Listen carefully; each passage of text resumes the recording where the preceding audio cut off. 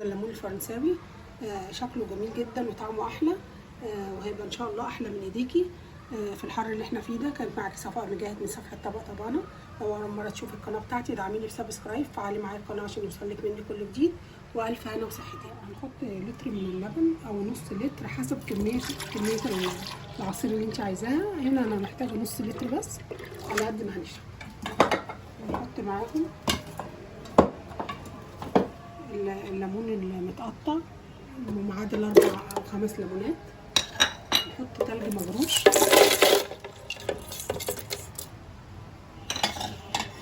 نحط السكر طبعا ده بيبقى اختياري.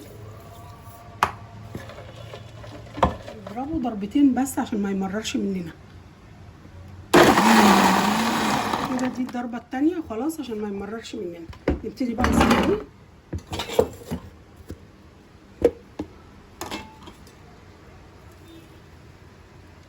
معانا احلى ليمون فرنساوي ممكن تشربيه في الحر اللي احنا فيه ده، تحفه جدا.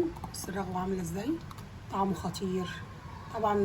ولو هو باع ممكن تحطي له ليمون نعناع، نكهه النعناع بتبقى جميله جدا. لو حابه تضيفيها مفيش مشكله، نعناع الفريش يتضرب معاه.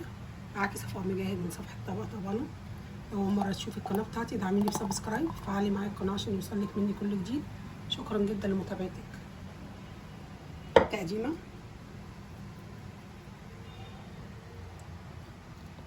الطريقه دي كده، تقدميه ساقع طبعا في التلج المجروش، يعني شكل وطعم خطير جدا.